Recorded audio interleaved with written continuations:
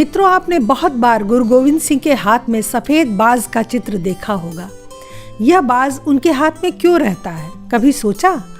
क्योंकि पक्षियों में सबसे अनूठा और असाधारण पक्षी है बाज, जिसके जीवन की सीख आपको अनंत ऊंचाइयों तक पहुंचा सकती है। आज आपको बाज के जीवन से ऐसी 8 बातें बताती हूँ जिन्हें अपनाकर आप खुद को सफल और सक्षम बना सकते हैं। कहा जाता है कि बनना हो तो बाज बनो, तोता नहीं जो केवल कॉपी करता है। सबसे पहली बात है आत्मनिर्भरता। बाज को जो कुछ भी दिया जाए या मिल जाए उसे वह खाता नहीं है। वह कभी मरे हुए जानवर या पड़े हुए जानवर नहीं खाता। वह जीवित रहने के लिए अपना स्वयं का शिकार करता है, जिंदा जानवरों का शिकार।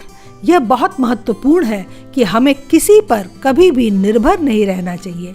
स्वयं पर और स्वयं की शक्ति पर भरोसा करना चाहिए, आत्मनिर्भर होना चाहिए। दूसरा बिंदु है स्वतंत्रता।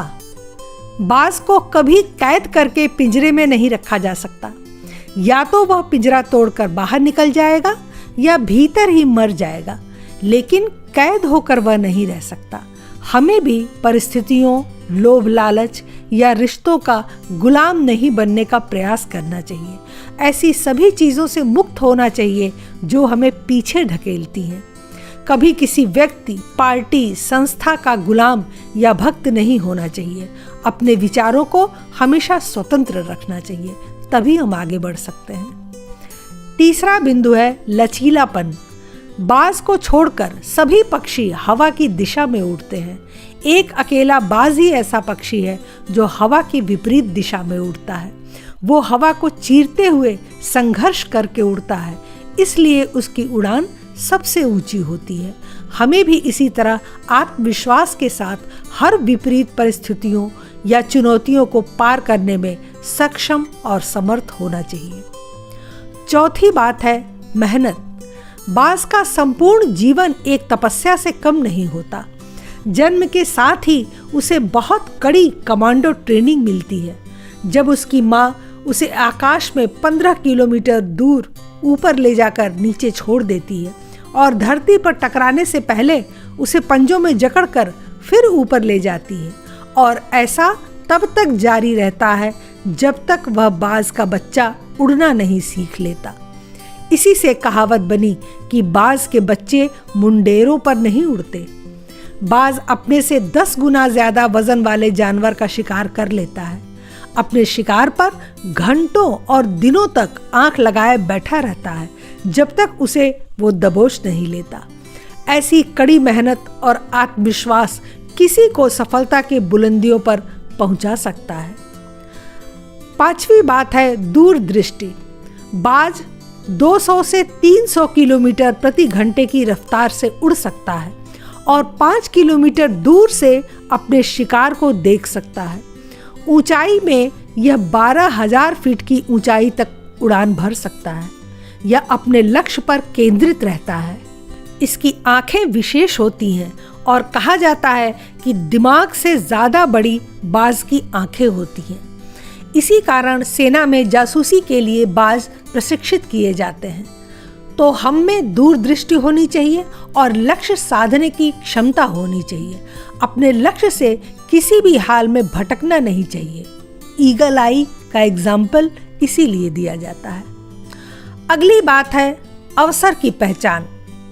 आंधी, तूफान और तेज बारिश में सारे पक्षी कहीं आश्रय ले लेते हैं, लेकिन बाज को ऐसे मौसम बहुत रास आते हैं। वो और ऊंची उड़ान भरने लगता है और बादलों से भी ऊपर निकल जाता है। इससे सीख मिलती है कि मुसीबत में भी मज़ा ढूंढो। नेपोलियन ने कहा था कि हर बड़ी चुनौती अपने साथ एक बड़ा अवसर लेकर आती है। बाज की तरह अवसर को पहचानो और आगे बढ़ो। 7वां बिंदु है आराम से बाहर निकलो। बाज अपने घोंसले में उगने वाले कोमल घासों को निकाल देता है, जिससे कि बाज का बच्चा आरामदायक घोंसले में न रहे। वो कांटे और कड़ी चीज़ों से अपना घोंसला बनाते हैं। उसे पता है कि there is no growth in comfort zone. जब तक हम अपने कंफर्ट जोन यानी आराम को नहीं छोड़ते तब तक हम ऊंची उड़ान नहीं भर सकते। एक बार उड़ान भरने के बाद बाज 6 से 8 घंटे तक हवा में रह सकता है। सोचिए, एक पल भी वह आराम की नहीं सोचता। वर्तमान समय में सुख सुविधाओं और लाड प्यार ने बच्चों को और बड़ों को संघर्ष से दूर कर दिया है। लेकिन याद रखिए, गमले के पौधे और जमीन के पौधे में बहुत फर्क होता है। हमें आगे बढ़ना है तो आराम छोड़ना ही होगा। 8वीं बात, पुनर्जीवन। बाज एकमात्र पक्षी है जो 2 बार जन्म लेता है अपने एक ही जीवन काल में। एक बार माँ के पेट से और दूसरी बार 40 वर्ष की वृद्धावस्था में।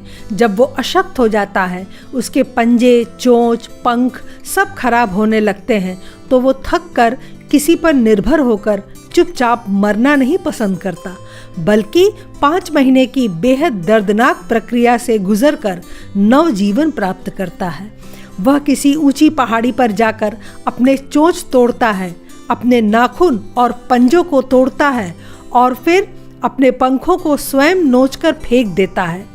पूरी तरह क्षतिग्रस्त होकर पड़ा रहता है, 5 महीने दर्द में काटता है और फिर धीरे धीरे नए पंख, नए नाखून, नई चोंच वापस आने लगते हैं और वो उड़ चलता है खुले आसमान में। यह सबक है कि दर्द और पीड़ा से गुजर कर ही सुख और आनंद की प्राप्ति हो सकती है। इसलिए कष्टों व दुखों से घबराना नहीं चाहिए, बल्कि धैर्य से उस समय को काट कर आगे बढ़ना चाहिए। और अंतिम बात है, बाज हमेशा अकेला उड़ता है। जैसे कि कहा गया है कि शेर तो अकेला ही चलता है, गीदड़ हमेशा झुंड में आते हैं, वैसा ही है बाज। इसलिए इसे आसमान का राजा कहा जाता है। उच्च स्तर पर होने से आप भीड़ से अलग हो जाते हैं, जबकि सामान्य लोग हमेशा भीड़ में रहते हैं और सोचते हैं कि लोग क्या कहेंगे।